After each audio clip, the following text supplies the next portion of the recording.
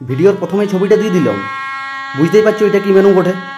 তবে এটার পেছনে বিরাট বড় রহস্য আছে, এটা জানতে গেলে পুরো ভিডিওটা দেখতে হবে।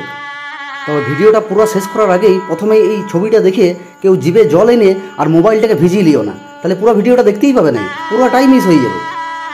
তো সেদিনে একটা ওকেশনালি পারপাস আমাদের দাদা আমাদের যুক্তি আর মতামত নিয়ে বলল বিরিয়ানি মেনু করা হোক। তো কজন বলো তো 40 জন লিস্ট বানিয়ে ফেললাম একটা বড় সড়ো, বাবা একদিকে হয় নাই দুদিকে আবার। প্রথমটা তো দেখলে নাই, আমি জিরোর থেকে শুরু করেছি, ধরাই নাই।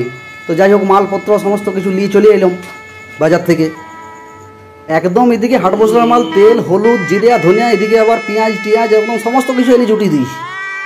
এরকম ছোট বড় ওকেশন আমাদের অফিসে প্রায় লেগে থাকে। থালা বাটি বাসন কুসন বটি কাটারি হাতা খুন্তি ঝাঁঝরা সমস্ত কিছু নিয়ে একদম লেগে পড়েছি আমরা জোর কদমে সকাল থেকে। তো এই যে দেখছো কাটাকাটি সমস্ত কিছু মোটামুটি প্রায় মানে রেডি।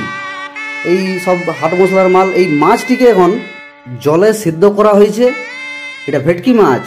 ওই যে সেই পাতায় চপের মতন একটা দেখলে, ও বাবা ওইটা এমনি সেমনি চপ লয়, এটা ভেটকি মাছের চপ। তার কত রকম আবার দেখো কি সব মিশাতে হচ্ছে। এই হলুদ গুঁড়া মাছটাকে আস্তে আস্তে সমস্ত সেই কাটাগুলো একটা একটা একটা একটা করে বার করা হলো। আর দেখো এখানে আবার তোমার চিকেনটা আছে, সেই চিকেনটাকে দই দিয়ে আর ইয়ে দিয়ে করা হচ্ছে। ওই যে মেনুতে দেখলে তোমরা, তো মেনুটাই যে দেখলে তোমার চিকেন কষা আছে, সেখানে মটন বিরিয়ানি দিলে ওইখানে চিকেন কষা বানিয়ে এটাকে। এই যে এবারে তৈরি হচ্ছে সেই বড়াটা, মাছের বড়াটা। দেখো কত রকম এখন কায়দা করে সেটাকে বানাতে হয়। মানে এটা শুধু আবার বানিয়ে এরকম চেপকিয়ে তেলে ছেড়ে দিলে হবে না, এটা আবার ওইখানে ওই এরারোট দেওয়া হয়েছে, কর্নফ্লাওয়ার দেওয়া হয়েছে, বিস্কুট গুঁড়া দেওয়া হয়েছে, কোকোনাট পাউডার দেওয়া হয়েছে।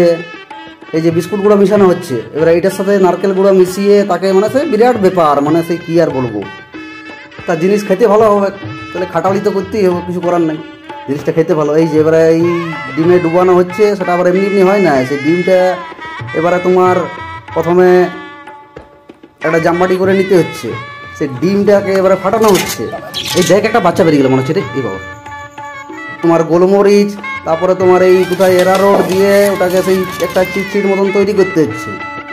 অমনি অমনি চপটা হয় দেখো, এই যে দিচ্ছে ওর মধ্যে দিয়ে পর আবার ওইখানে দিচ্ছে।